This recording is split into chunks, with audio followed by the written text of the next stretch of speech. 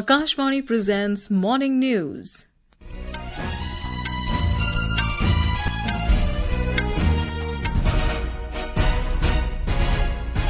Good morning, I am Saira Mujtaba. The headlines. Prime Minister Narendra Modi to hold talks with Nigerian President Bola Ahmed Tinubu in Abuja today. Campaigning reaches its peak for assembly elections in Maharashtra and Jharkhand. Elon Musk's SpaceX to launch India's heavy communication satellite GSAT-20 from Cape Canaveral in US on Tuesday. US President-elect Donald Trump nominates Wright as Energy Secretary. At least 8 persons killed and 17 injured in a knife attack in Jiangsu Province of China. And in hockey, India to take on Japan in Women's Asian Champions Trophy at Rajgir in Bihar today. And now the news in detail. Prime Minister Narendra Modi will hold talks with Nigerian President Bola Ahmed Tinubu at Abuja today. Mr. Modi reached Abuja last night on a 2-day visit to Nigeria. The Indian diaspora in Nigeria gave Prime Minister a very warm welcome on his arrival in Abuja.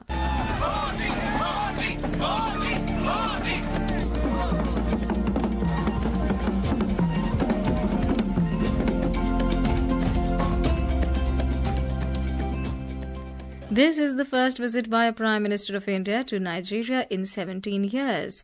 Prime Minister Modi and President Tinubu will review the strategic partnership between the two countries and discuss further avenues to enhance the bilateral relationship. Several agreements are expected to be signed following the talks. Prime Minister Modi will also address a gathering of the Indian community in Nigeria.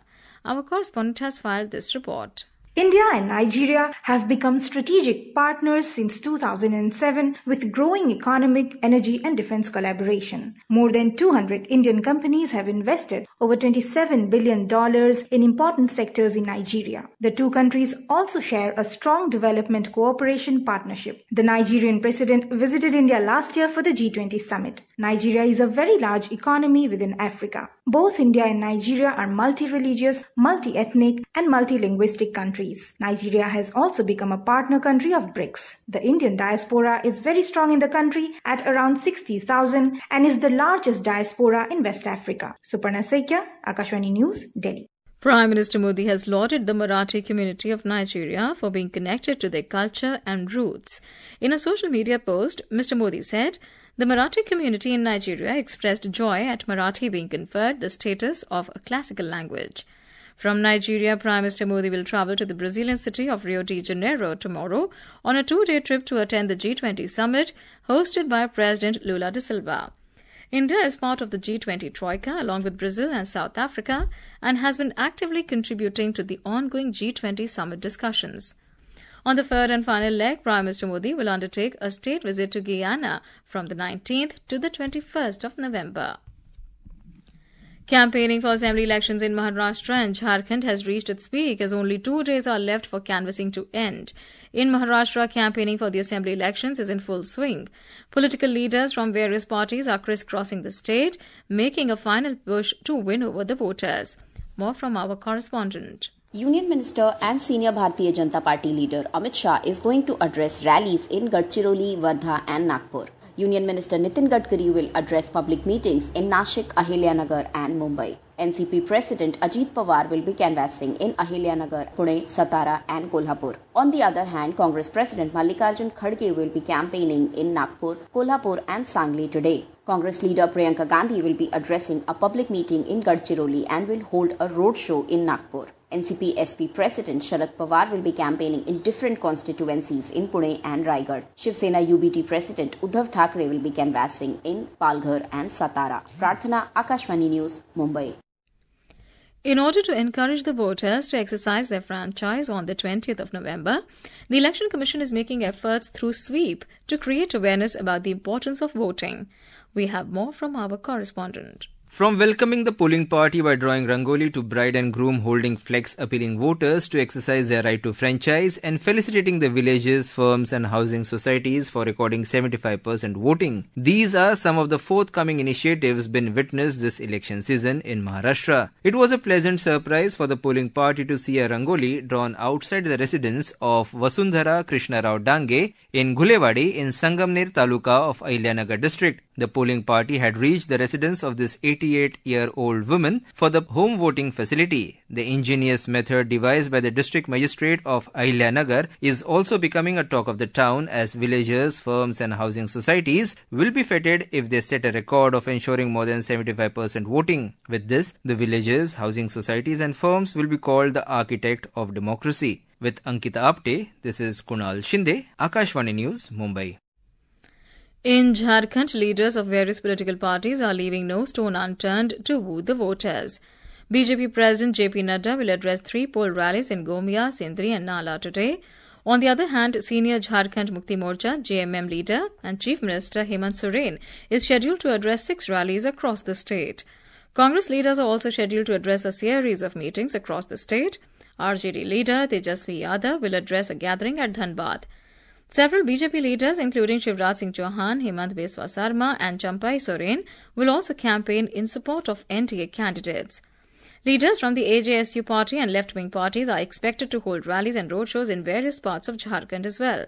Campaigning for the single-phase assembly elections in Maharashtra and the second phase of elections in Jharkhand will come to an end tomorrow evening. Voting will take place on the 20th of November, while counting of votes will take place on the 23rd of this month. In our series of constituency profiles, today we take a look at Dhanwar Assembly seat in Giridih district of Jharkhand. This seat will go to polls in the second phase of assembly polls on the 20th of this month. More from our correspondent. State BJP President Babulal Marandi is contesting for this prestigious seat. Mr. Marandi, who has won twice from Dhanwar in 2014 and 2019, is seeking a third term. Babulal Marandi was the first Chief Minister of Jharkhand. The Jharkhand Mukti Morcha has fielded Nizamuddin Ansari against Marandi. On the other hand, CPI-ML, an alliance partner of India bloc, has also fielded Rajkumar Yadav from this seat. In view of this, there will be a friendly contest between JMM and CPI in a political development. Stalwart independent candidate Niranjan Rai joined BJP yesterday. It will certainly help Babulal Marandi in elections. Although 24 candidates, including 16 independents, are in the fray from this seat, the main contest is expected to be between Babulal Marandi of the BJP and Nizamuddin Ansari of JMM. Key issues in the constituency include reopening of the mica mines, migration of people and unemployment. It remains to be seen whether Babulal Marandi of the BJP will retain this seat for the third time or Nizamuddin Ansari of the JMM bags the prestigious Dhanwar seat. With KK Lal, report from Ranchi and Mol Solomon Sani for Akashvani News. This is Akashvani giving you the news. For quick news updates round the clock, follow us on our X handle at AIR News Alerts. And for details of these stories and more, log on to our website www.newsonair.gov.in and download the News on AIR app. Welcome back. You're listening to Morning News. Elon Musk's SpaceX will launch India's heavy communication satellite GSAT-20 from Cape Canaveral in the US on Tuesday. Indian Space Research Organisation ISRO Chairman S. Somnath has said that SpaceX's Falcon 9 will launch ISRO's GSAT-20, also called GSAT-N2, on November 19. The satellite is expected to remain in operation for 14 years. It will provide vital services across India, including internet connectivity for remote areas. We have a report. Weighing 4,700 kg, GSAT-20 is one of India's heaviest communication satellites. SpaceX was chosen for the launch as the GSAT-20 is too heavy for India's own rocket LVM-3, popularly known as Bahubali, to carry. Radhakrishnan Durairaj, Chairman and Managing Director of the New Space India Limited, the commercial arm of ISRO, said that ISRO has got a good deal for launching such a heavy satellite on SpaceX Falcon 9 rocket. India had till now relied on French launch service provider Arianespace for such heavy satellite launches. However, the company does not have any operational rockets at present, and the only reliable option India had was to go with SpaceX. Vishnu PS, Akashvani News, Delhi. India has sent the first consignment of about 425 metric tons of food grains and other edible items to Suriname for its social welfare program. India enjoys close, warm and friendly relations with Suriname, reinforced by cultural and people-to-people contacts bridged by Indian diaspora's arrival dating back to 1.5 centuries. Several high-level visits have been exchanged since the establishment of diplomatic relations between India and Suriname in 1976, when the Indian embassy opened in Paramaribo in 1977 and Surinamese embassy in New Delhi in 2000. In a significant move to repatriate cultural heritage, the United States announced the return of over 1,400 looted artifacts valued at $10 million to India. The items, part of an ongoing initiative to restore stolen art to South and Southeast Asia, include pieces recently displayed at New York's Metropolitan Museum of Art. Among the returned treasures is a sandstone sculpture of a celestial dancer, illicitly transported from central India to London before being sold to a patron of the museum and subsequently donated to the museum. In the U.S., President-elect Donald Trump announced Chris Wright as his choice to head the Department of Energy. Wright, the founder and CEO of Liberty Energy, is a vocal supporter of fossil fuel use and is expected to align with Trump's goals of maximizing oil and gas production. Beyond production, Wright is likely to echo Trump's skepticism towards international climate change efforts. Known for dismissing climate change concerns as exaggerated, Wright has notably compared attempts to tackle global warming to Soviet-style communism, insisting that no energy transition is currently underway. In China, 8 persons were killed and 17 injured in a knife attack at a vocational school in Jiangsu Province yesterday. The attack took place at around 6:30 p.m. at the Wuxi Vocational Institute of Arts and Technology in Yixing City. The 21-year-old suspect, surnamed Shu, was caught at the scene and he confessed to his crime. According to the police, Shu, a graduate of the school this year, returned to the school to vent his anger for not receiving his graduation certificate due to failing exams and for dissatisfaction with his internship pay. Rescue efforts are underway and police are further investigating the case. This is the second attack on civilians this week. In hockey, India will square off against Japan in the final group stage match of the Women's Asian Champions Trophy 2024 at the Rajgir Hockey Stadium in Bihar this evening. The match will start at 4:45 p.m. The hosts are running unbeaten at the Women's Asian Champions Trophy 2024. They registered their 4th straight win in as many games, beating China 3-0 last evening.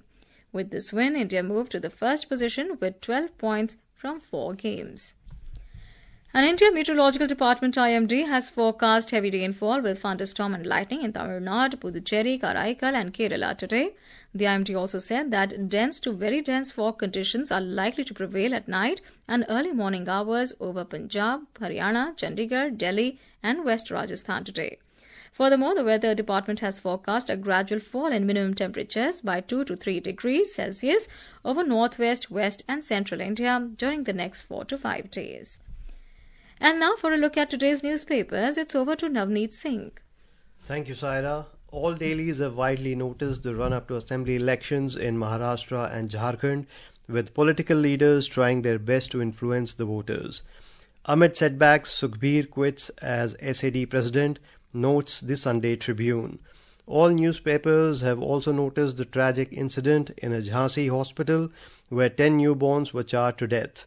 The Sunday Pioneer reports negligence claimed 10 newborn lives. West in trouble, India has overtaken UK, says Truss, headlines Hindustan Times. Truss added that the British economy has been overtaken by India due to a string of reforms. And finally, the Sunday Pioneer informs JNU becomes first university to introduce Indian Knowledge Traditions course. And with that, it's back to you, Saira. Thank you, Navneet. And now, before we end the bulletin, the headlines once again. Prime Minister Narendra Modi to hold talks with Nigerian President Bola Ahmed Tinubu in Abuja today. Campaigning reaches its peak for assembly elections in Maharashtra and Jharkhand. Elon Musk's SpaceX to launch India's heavy communication satellite GSAT-20 from Cape Canaveral in US on Tuesday. US President-elect Donald Trump nominates Chris Wright as Energy Secretary. At least 8 persons killed and 17 injured in knife attack in Jiangsu Province of China. And in hockey, India to take on Japan in Women's Asian Champions Trophy at Rajgir in Bihar today. For details of these stories and more, log on to our website www.newsonair.gov.in and News on AIR app. And with that, we end the morning news. Have a great day.